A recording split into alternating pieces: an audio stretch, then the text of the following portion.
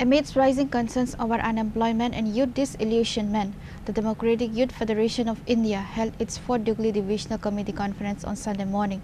The conference was formally inaugurated by former Chief Minister Manik Sarkar. The event was centered around the rally cry, uncertain work, youth drowning in addiction, raise your voice in every unit, we want education and work for all.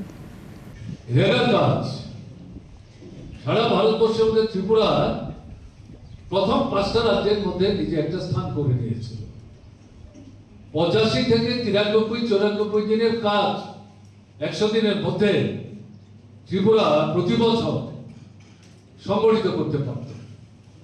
তাতে গিয়ে জাতীয় স্তরে ত্রিপুরায় এই রেগার কাজ সৃষ্টি করার মাধ্যমে কাজ দেওয়ার প্রশ্নে প্রথম সারিতে নিজের স্থান দখল করে নিয়েছে।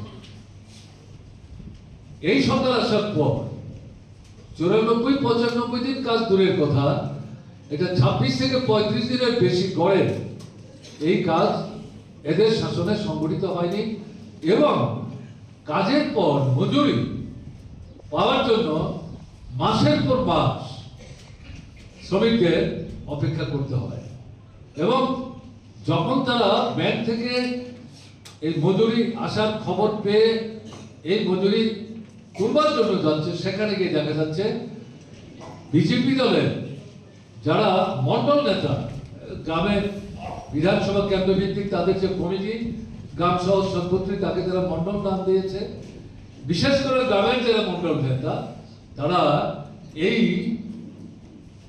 আপনার রেগার কাজে মজুরি তুলতে যারা যাচ্ছেন ব্যাংকের সামনে, তারা দল বেঁধে অপেক্ষা করেন এবং এই টাকা নিয়ে যখন ফিরবার চেষ্টা করে তাদের উপর তারা থাবা বিস্তার করে। প্রশ্ন করলে পরে যে আমরা কাজ করলাম, মজুরি পেলাম, এতদিন পর অপেক্ষা করে থাকলাম, আপনারা কি, আপনারা কেন টাকা চাইছেন?